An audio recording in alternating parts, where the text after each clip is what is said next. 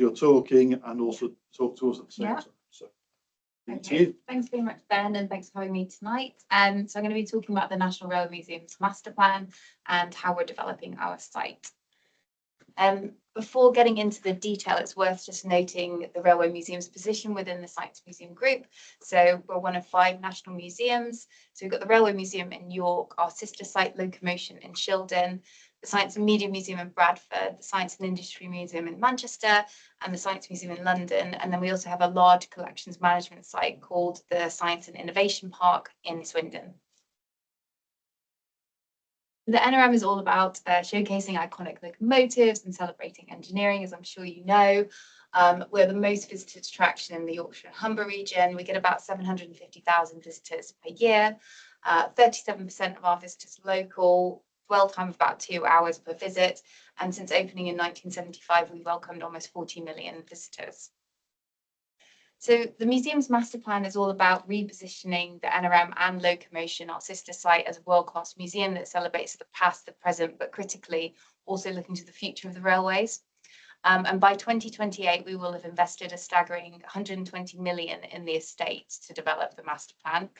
And all of this will enable STEM and rail industry engagement. We're going to be reaching 1.3 million visitors by 2030, improve visitor experience and dwell time, to be the cultural heart for York Central, the surrounding urban regeneration scheme, greater financial sustainability, and better reflection and interpretation of our collection.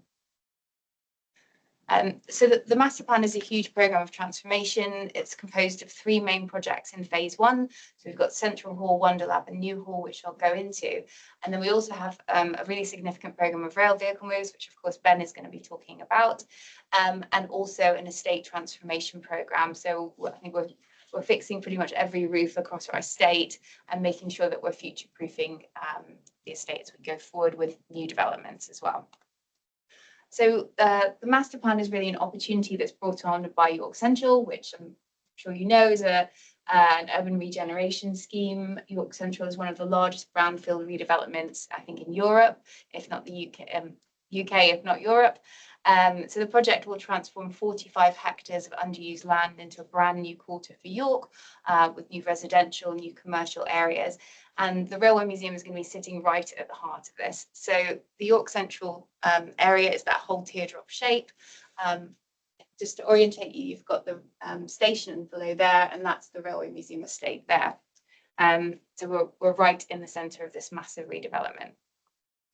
And this is that same image of the teardrop, but what it might look like when it's redeveloped. And this slide is quite interesting because it really shows the scale of York Central as well. So on the left, you can see the footprint of York Central and the location of the Railway Museum, and then on the right is the footprint of the historic city walls of York. So the first master plan project was delivered in July 2023. It's called Wonder Lab, the Bramwell Gallery. It's an interactive gallery aimed at children aged 7 to 14, and it's all about STEM learning with a specific focus on the E for engineering. It's an £8 million project that's been a huge success and really driven new audiences and repeat visits to the museum.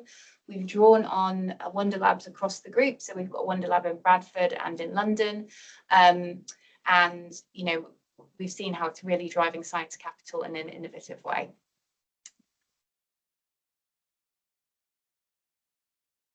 So the gallery is developed within an old workshop area. There are 18 interactive exhibits across the gallery, and there's 2 art installations. Oh, it's just skipped on for some reason. But what we've seen in terms of dwell time is that we anticipated 90 minutes dwell time within the gallery, but it's actually more like 180 minutes. So it's really clear to see the engagement of children in STEM with the gallery. And since opening, we've almost welcomed 140,000 visitors in just under 15 months. So the second master plan project to be delivered was New Hall at Locomotion in Shildon. It's a 2,000 square metre facility for the care, management and storage of 47 vehicles from the National Collection. It's built on ex-industrial land. The building is a really efficient, contemporary and sustainable building. It was an £8.5 million project delivered in May this year, and Ben is going to be talking a little bit more about that. So Central Hall is the biggest project within the master plan. It's a completely new building that will become a gateway to our transformed museum. So Central Hall is going to be connecting the existing Great Hall and existing Station Hall and providing level access across the estate for the very first time, which is really significant in terms of orientation and accessibility for the museum. So the image shows you've got a central rotunda building, and then there's two wings which attaches. The building will cost, it's around just under £50 million, and we're expecting to start construction next spring. And this is a bird's eye view of Central Hall. So you can see on the right hand side there is Great Hall, for those of you who know it, and then on the left is Station Hall with Central Hall, which connects up the buildings. This is a view inside the rotunda. It's a really tall, light, warm and welcoming space. And it's basically all about orientation. So as soon as you go into that central space, you can access anywhere across the site.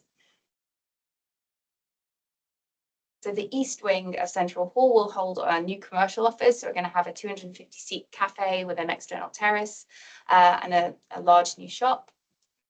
And then the west wing of Central Hall will house a new gallery called Futures Gallery, which is all about the future of rail. It's costed 2.9 million. It's an 800 square metre gallery, which is critical in terms of facilitating STEM and rail industry engagement. The design is still in development. And then South Yard is our one of the projects that we had to remove from the master plan due to fundraising. This is our outdoor visitor offer. So it's the park area behind Station Hall, which has miniature railway, steam ride opportunities, play and relax, basically, is the kind of theme of it. So we've designed this up to stage 3 design, and following further fundraising, we're hoping to deliver that after Central Hall. And then finally, the redisplay of Great Hall and Open Store are also two projects that we want to do in the future as well. And we intend to deliver them in a second phase of the master plan with South Yard. I think that's my last slide. Okay, I carry on. Do you want to swap? Oh yeah, let's swap.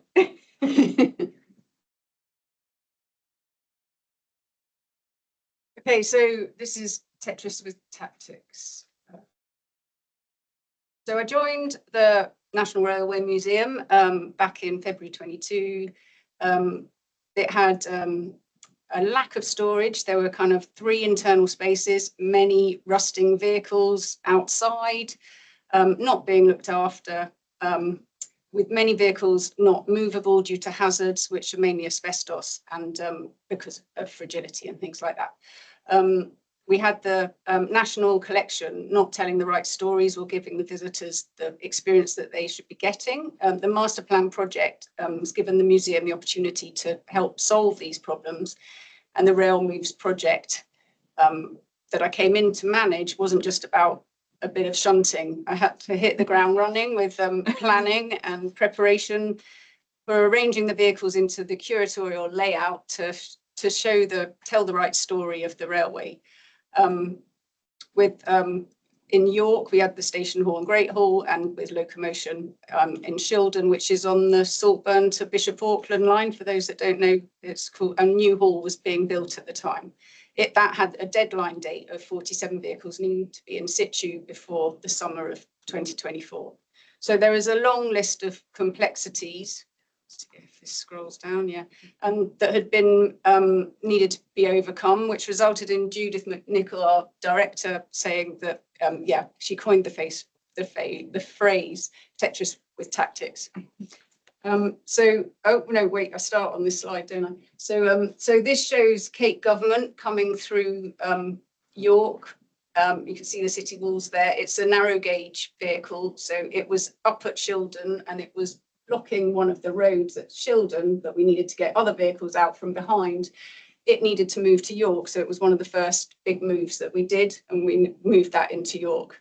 So that's it coming through, and then I'll show a picture of it going through the tunnel in a bit. So in order to get Cape Government in, which actually came to the left on the side here, it had to be skated across the floor. We needed to move the Shinkansen out of the way. You can see where it started off. It hadn't moved for 20 years. It's that where all that dust is there and grime. So we had to move that. And in order to move that and get that we then had to get the Eurostar into position, which was over there, and we were moving that around it and into here and under the tunnel ring, and then we had to move Shinkansen to turn it round. So here it is with the HSTs in place, and we've got Eurostar in place, and then you'll see there that the Shinkansen had to be turned. So we turned that on the turntable. This shows the kind of issues we had with clearances. Our turntable comes to the edge of that barrier on the in front of it. We were moving it with the eMaxi, the shunter. The coupling required, I had to take a photo from an old video that was on the BBC, send it to our site at Rawton and say, has anybody seen this? Because we can't find it. And if not, I've got to do something in Japan, I think, to get this vehicle to move. So they found it and sent it up in a box of stuff. And so we were able to do that move. But here we had to move all sorts of vehicles out around the turntable, push them all back so that we could turn it 180 degrees to get it into position. So that was at the start of it. So the programme is, you know, we were moving 182 vehicles. There were 16 going on loan, 7 coming back, 19 going between sites. And at the moment, we've got 133 into position, and we've done a lot of vehicle moves to get us there. And that's only when you only counted the vehicles when they were moving once in a day, but often you have to move it out to move it back to whatever else. So there's an awful lot that needed to happen, and there was a lot of complexities because with each vehicle seems to move in a different way. It has different challenges, engineering challenges, conservation challenges, hazards, all the rest of it. So I thought I'd show you a few track things, seeing as you're track guys. So in Shildon, first of all, I discovered that there was no connection between North and South Yard in York, that the rail connection had been severed. That was the start of the challenges. I found that out on day one when it was like, oh, okay. So that caused a few issues. But and here we found that we had a boiler wagon, I'll show you a picture of it in a minute, which was behind here on the track, and we needed to get it out of the way because we needed to get to the goods shed that you can see had the red doors there. So we brought some track that had been severed and from York, so we had to go through the CISC site, bring up some track. We got a team to put it in place. We slewed the track. Please, I'm sure it's probably not up to Network Rail standards, but it's okay for this kind of museum environment. We had to build some more track, slew the track, which we showed there. And then we moved in one of my favourite vehicles, which is the BR 290-ton boiler wagon set, which is an abnormal load set, so it runs beautifully when it goes around corners and things like that. So that was just one little thing to move something out of the way so we could get some vehicles out that needed to go into the new building. This was showing another bit of Wallace and Gromit style. This was in Station Hall, where we had big access issues, so we couldn't get vehicles. We could get vehicles out from the goods road, but we couldn't get the vehicles out from Road 2, and we needed to move some from Road 2 onto Road 1, so we had to kind of come up with this kind of way of doing it. We managed to get a high up in the building, but it was it was complex. To show you a bit of the kind of the fragility and different ways of moving things, this is locomotion number 1, so it had to go to the front of the building at locomotion, seeing as it's the name of the building and everything else. So this was too fragile to move on its own wheels. So you can see it's on a transport frame here. And then underneath it's like little roller skates. They're machine skates that it was pulled back with the forklift truck till it was on the rail. Then it kind of they jack it up, take those skates off and put it onto rail skates. And then it could be pulled forward to the front of the museum. So that was just one for getting into display in there. I thought I'd show you a picture of a Network Rail vehicle. Here we have a snowplow, not looking in its best condition. Behind it, there's an EWS hopper and something behind that. All that was outside at Shildon, rotting and a bit of rust buckets, but they do look a bit better now. Anyway, just thought I'd put that in there for you. We did have some issues with clearances. This is the Marble Arch Bridge, the underbridge in York. That's at the moment, the only way into the museum. There will be another way to the museum coming up soon as part of York Central Works, but it's a little bit late for this project. So there are issues with getting things in and out. We use yard to yard moves I'll come up to in a minute, but this was, yeah, you can see that we have to be very careful with our measurements to get things in and out. Here, if it works, I can show you another vehicle moving. Now, will it work? So at high speed, because it's been speeded up, it doesn't really go like this. But here's this Aerolite, the green steam engine, being turned on our turntable at York. So this vehicle then went on a yard to yard move, which is another way to go if they're too tall for the bridge and they're fit. Oh no, I've managed to send it again rather than doing the next slide. There's the next slide. So it then went on a yard to yard move, which means it goes to Holgate Depot, and it went on the traverser there, and here it is being loaded onto a low loader, and then it was taken so it's going from York up to Shildon. And then we show it in the new building. It's the one, yeah, you can see it. It's much easier to see on there, actually, with another snowplow and a thing on Road 3 in the new building. So it's just showing you a variety of how things have moved. Right, the APTE was quite a complex move. It was reconfigured. It was in 2 sets of 2, so it wasn't really working for the museum as a display item, and it was blocking other vehicles in behind it. So we pulled it out and reconfigured it into a 3-car set. It was, you know, the APT is a tilting train, and it hadn't been properly secured before it went in. So we didn't know quite what we were dealing with at first. We had to get the original design team at Derby came up and talked to us about some of it. It was packed with blocks, and we had to kind of get the and as we moved it out, it kind of tilted a bit more. We had manufactured brackets to put in, and after we'd kind of got it into its 3-car set, we're able to restabilize it. And now it is, I should have put a picture in of it looking beautiful now, but it is now a 3-car set, and it is able to move on the network. The other set is on its own, not on the network, just in our yard. The other vehicle is there on accommodation bogies, which would show a different type of how it used to be displayed, and it's freed up all the vehicles that were behind it. Shows we had to use cranes and gantries and everything else. Another way we moved things, and this was the only move I managed to get entirely by rail, so I've been really delighted with this one, which was a class 40, a class 31 and an LMS carriage came up from York to Shildon, and it's very difficult to have things that are now out of service move on the network again. It took time, but we managed to do it in budget, and it arrived in York in February, I think. There was a YouTube video done about it actually as well, which will tell you more information if you're interested, that the museum did. So just to give you a bit more information on Shildon, locomotion you can see there in the building there, and the new hall is in the other area to the left of that. And if you look up, you can see Shildon Station up there. So it's reasonably near to the main line, and it isn't rail connected. So this was another great thing to find out in my first week. It's not rail connected because of budgetary constraints and the gradient difference, I think, which caused a lot of the constraints on it. So vehicles had to go round. Low loaders had to go round from one building to the other, and an apron was put on there. Where we are? No, okay, it tells me here that Newhall tells the story of the rail freight in Britain from its origins in coal and to carrying virtually anything anywhere, as well as the task of keeping trains on the move. So that gives you an idea of what's in the building. This isn't really, I know you'll track people, that isn't really the curve there. This is a panoramic view of it to show really, this is the ICI wagon going in, but just to show the length of apron that was required.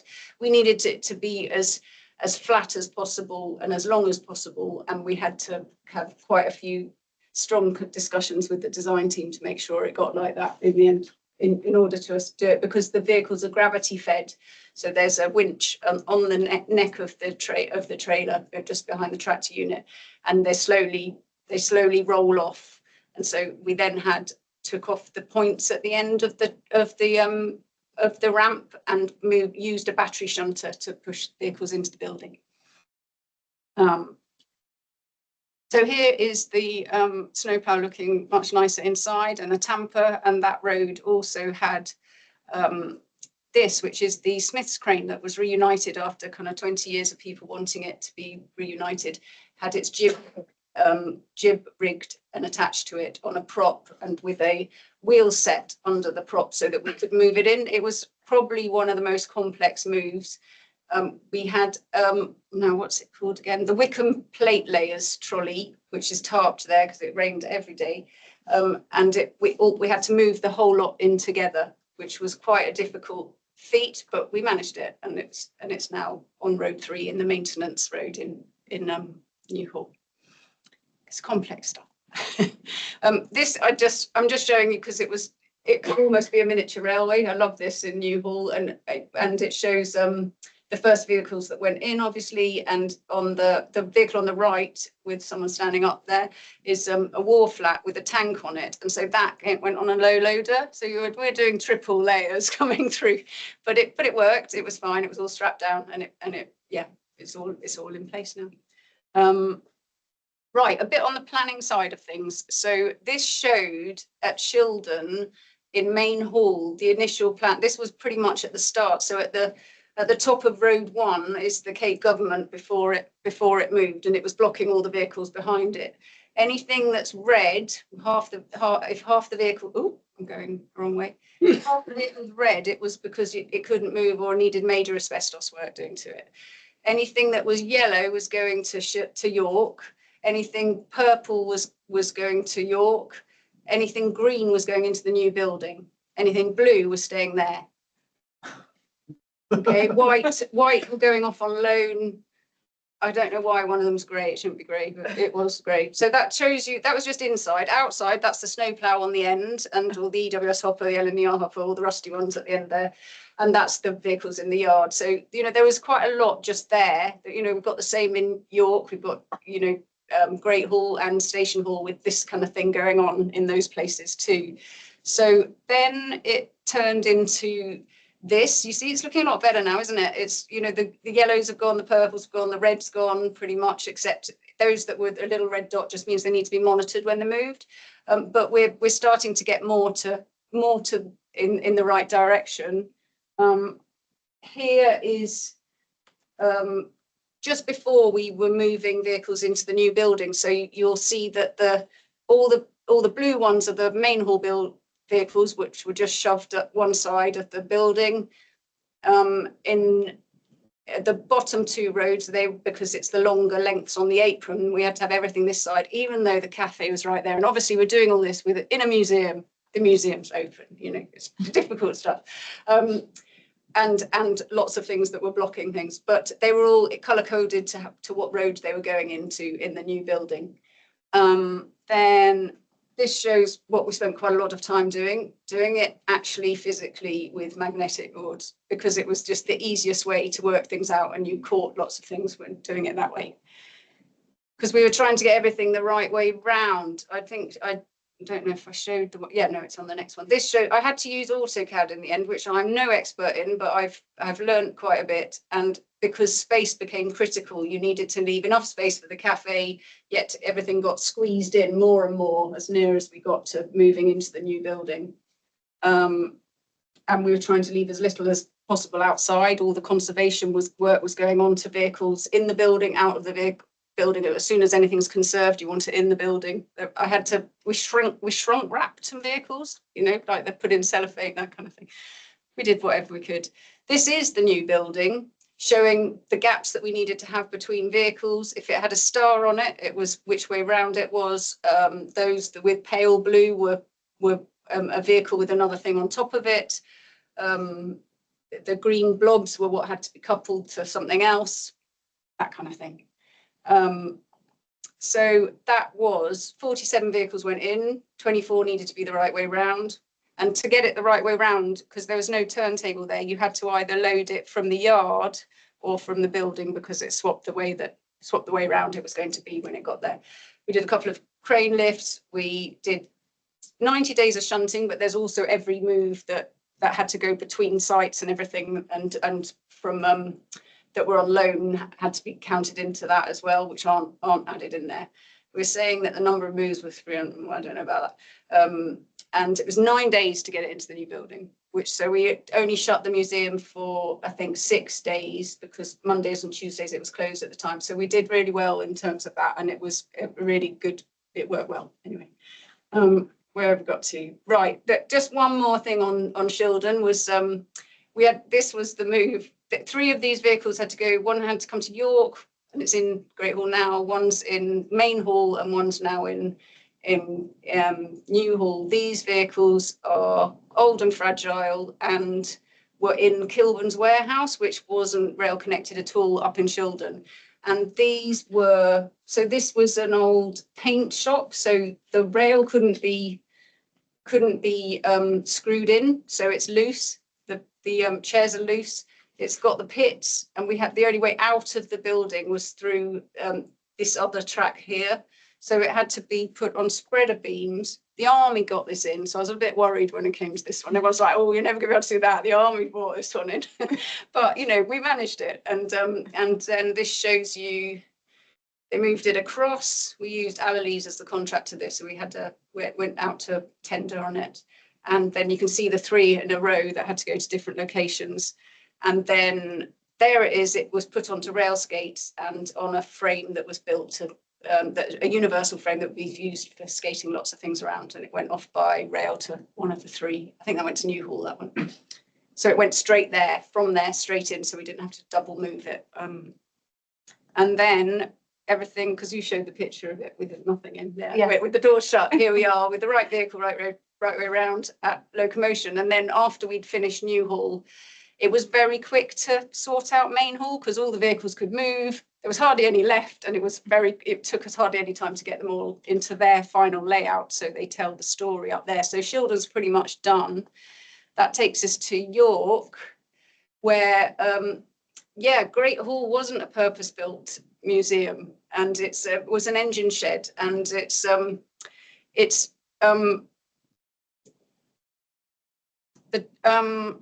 just see. Yeah, the turntable's been there for a really long time. The roads around the turntable are no longer in very good condition. We're struggling with it a bit. They have way beams that go underneath the track longitudinally, and a lot of the way beams that are wooden and they're rotting. So the track is kind of sinking slightly. It's not quite ideal, and some of them have got vehicles on it that can't move because of asbestos. So we've got a double whammy there that we're trying to work out at the moment.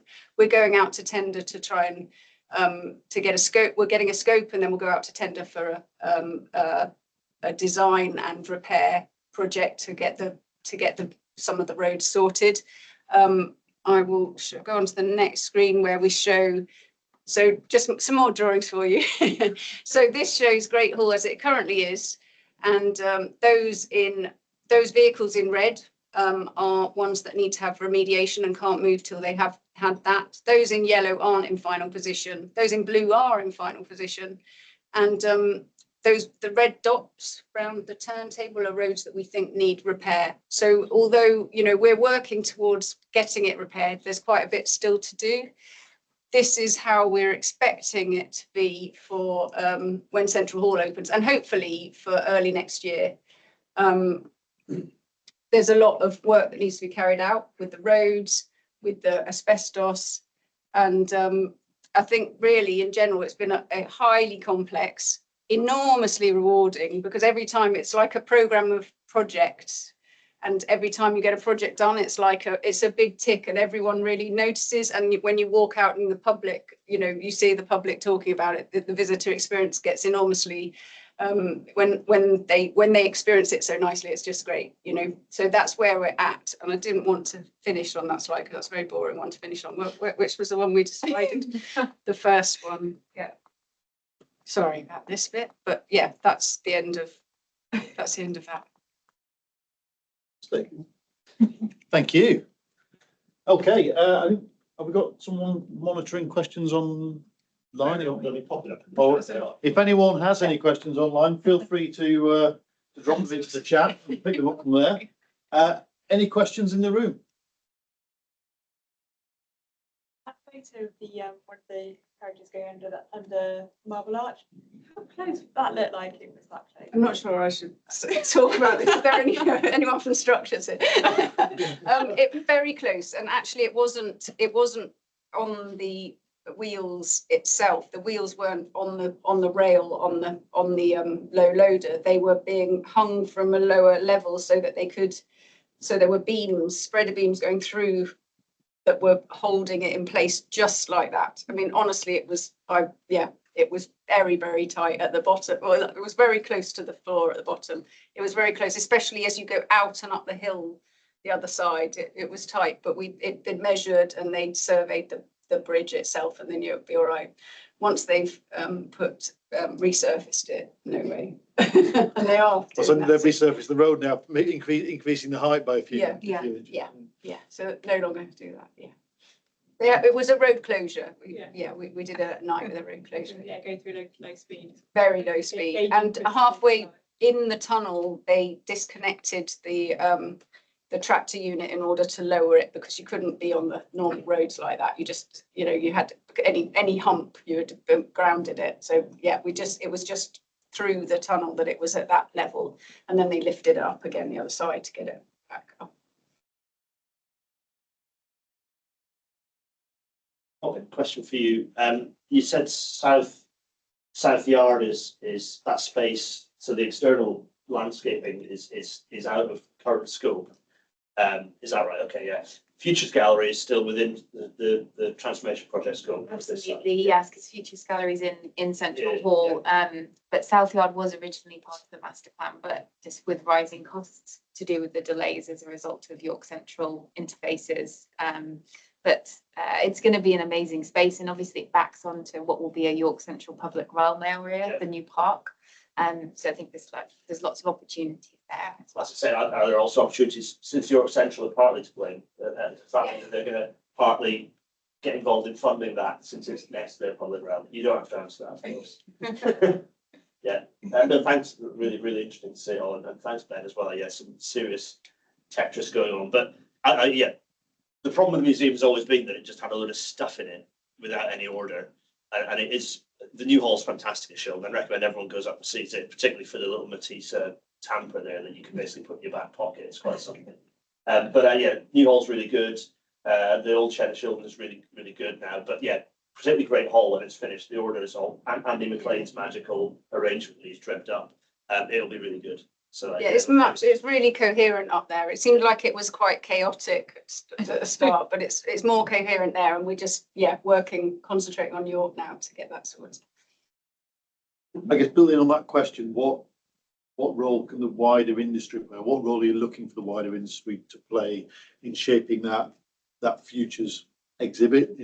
Whether it's PWI or Network Rail or lots of other commercial organisations that are represented.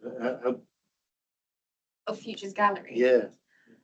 Do you know the answer? I'm on the advisory board for it, and there's a big industrial advisory board with a bunch of people on it. So we've done that we've been through that process actually, and happily say it's a really good process.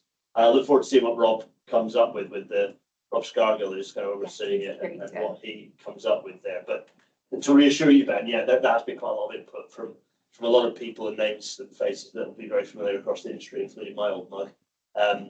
In putting into that, so it's going to be exciting to see what it looks like what Rob comes up with in the final state there. Yes, yeah, and I mean, I think it's at stage 2 design, so there is potentially, further opportunities of that. What's the plan on the old goods station, sir? Because you haven't really covered that. In terms Station Hall. And Station Hall. Oh, well, so Station Hall's currently, you'll know, is currently closed at the moment. So we've re-roofed station. I should have covered it in the presentation. We've re-roofed it completely, and then we're adding in new M&E systems and reinterpreting the layout as well. And you're going to be moving lots of vehicles around. There was one of the new Wallace and Gromit one was in Station Hall, and we're moving some more, but we can't do anything at the moment because we can't get in there because everything's being protected while they're doing the roof work. So we're going back in next March, April time to do the last vehicle. So you don't have a plan for what's going in there. Oh yeah, we know exactly what's happening. Yeah, we do.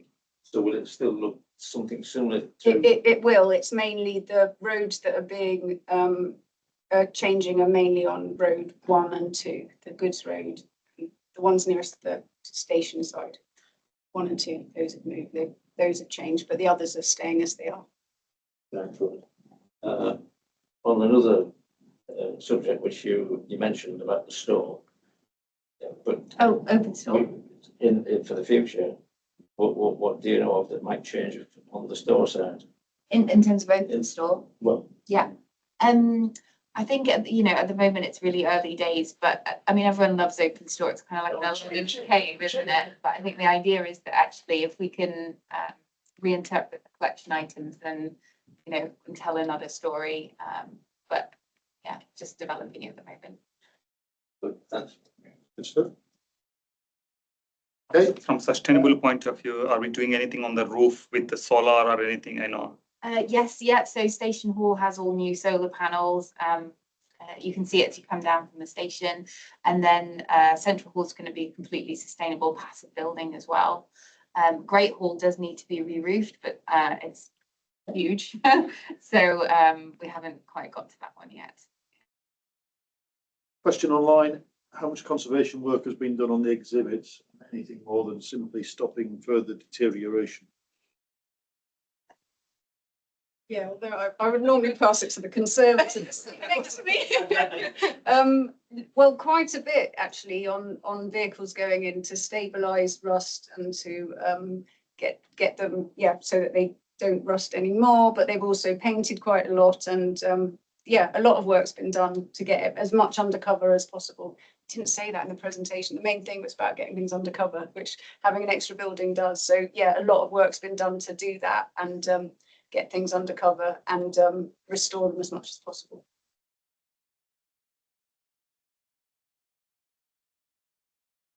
Just following on from that, getting vehicles undercover, have you been able to future-proof it so that there's capacity for exhibits that you don't yet have, things that will be coming into the collection?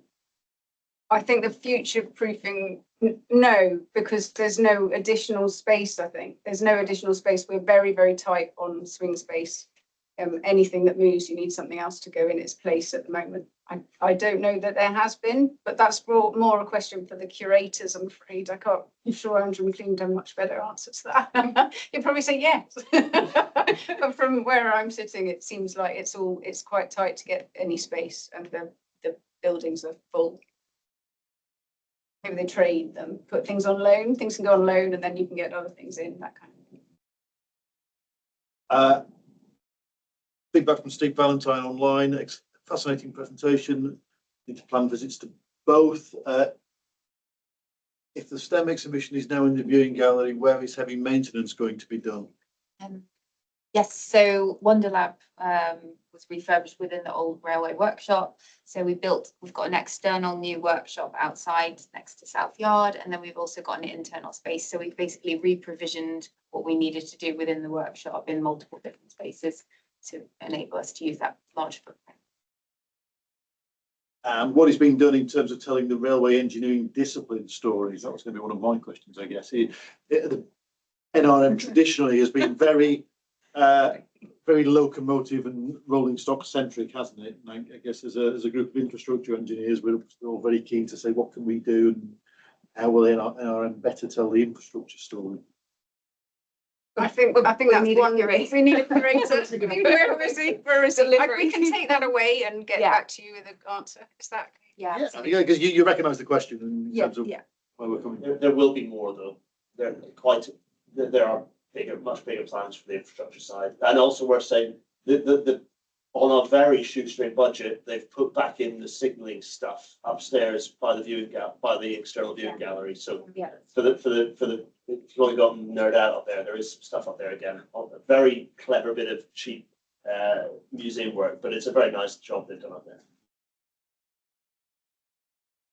You showed in one of your last slides, sort of final layout of the main hall, is the intent that it will enable, and you said a lot of vehicles have gone out on loan, is the intent that you will have a number of vehicles coming in and out, and so that's only sort of your moment in time final version. Well, it's the work you're doing on the on the track around the timetable, the turntable. Yeah. I'm assuming that's to enable in the future to bring, vehicles. It's to enable us to move things as they currently are, because some things can't move at the moment. We kind of feel that if you move some of the vehicles, you won't be able to put anything back on it, because I think very heavy, some of these things are 75 tons and more.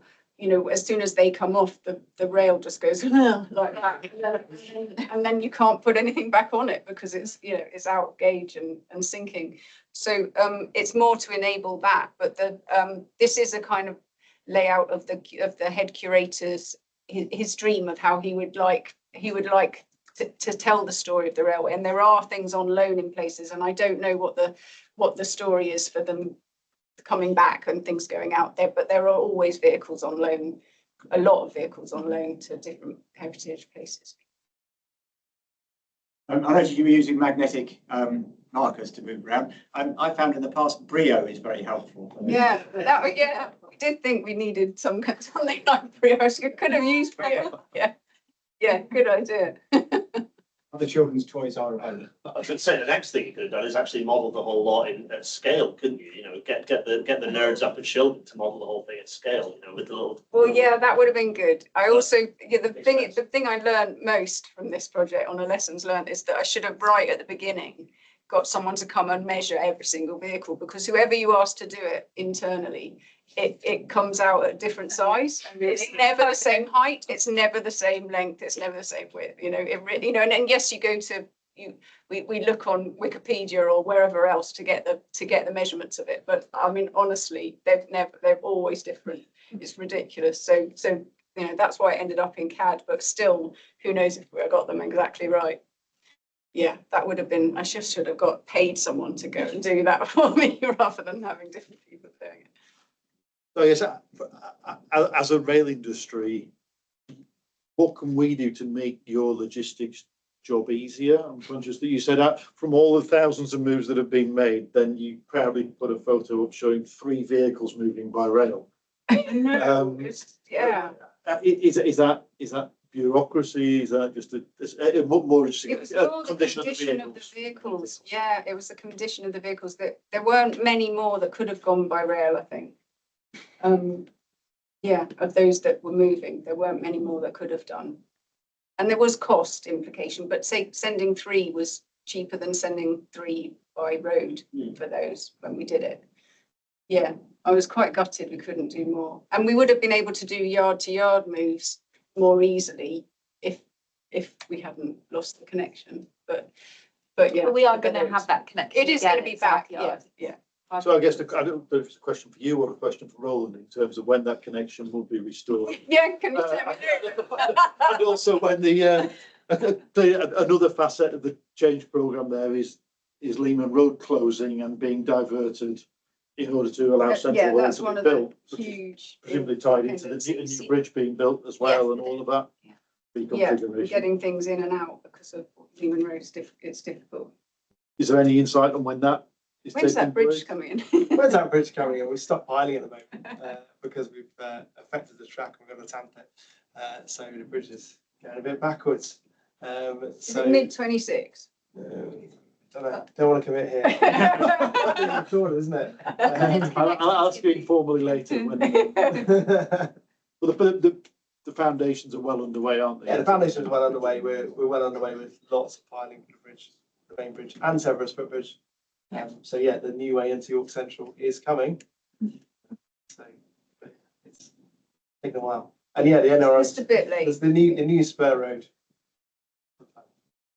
Yeah, well, it's in 2 phases. That's the bridge is phase 2, but we just need phase 1 in order.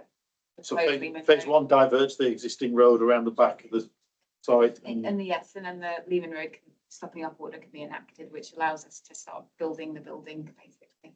A lake tarmac there. I was around there earlier today. They've actually got tarmac down on the road, down on the new alignment. Actually, CISC have drone footage, which is really interesting. I think you've seen it, but you can see the progress, which is good.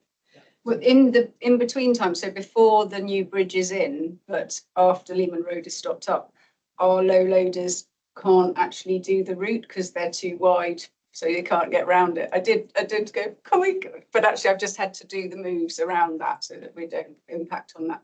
But there's all kinds of, issues like that So going. life becomes more challenging before it gets easy. Yeah, yeah. Any more questions in the room or?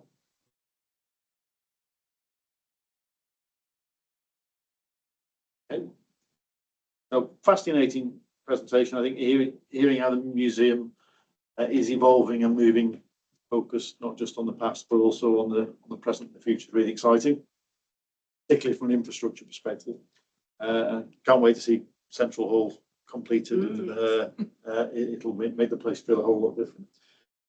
Fascinating to hear about the wide array of moves that you had to coordinate. It's it left me thinking, if only we had consistent standards on couplings and gauge, and that'd be nice. and thank goodness we've standardized everything now, so in future it will be so much easier.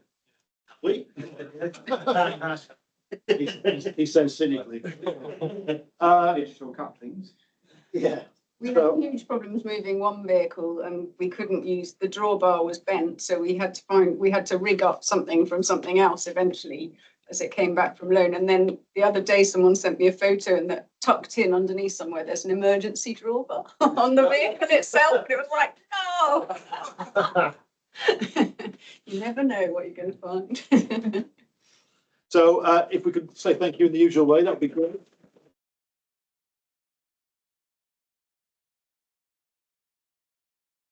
So I don't know how many people we've got online, but thank you to the online audience. Just reiterating, our next meeting is in Leeds on the 5th of November with James Barlow.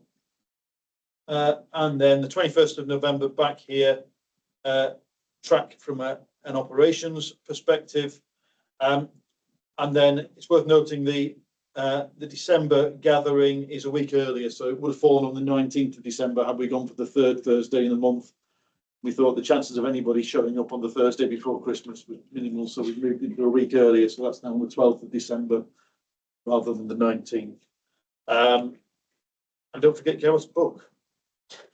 So thank you to those online. If you're in the room, please take cups and glasses back to the kitchen and help us put the room back. And feel free to join us for a drink from the York Tap afterwards. Okay, thank you. Cheers. It's a back. Thank you.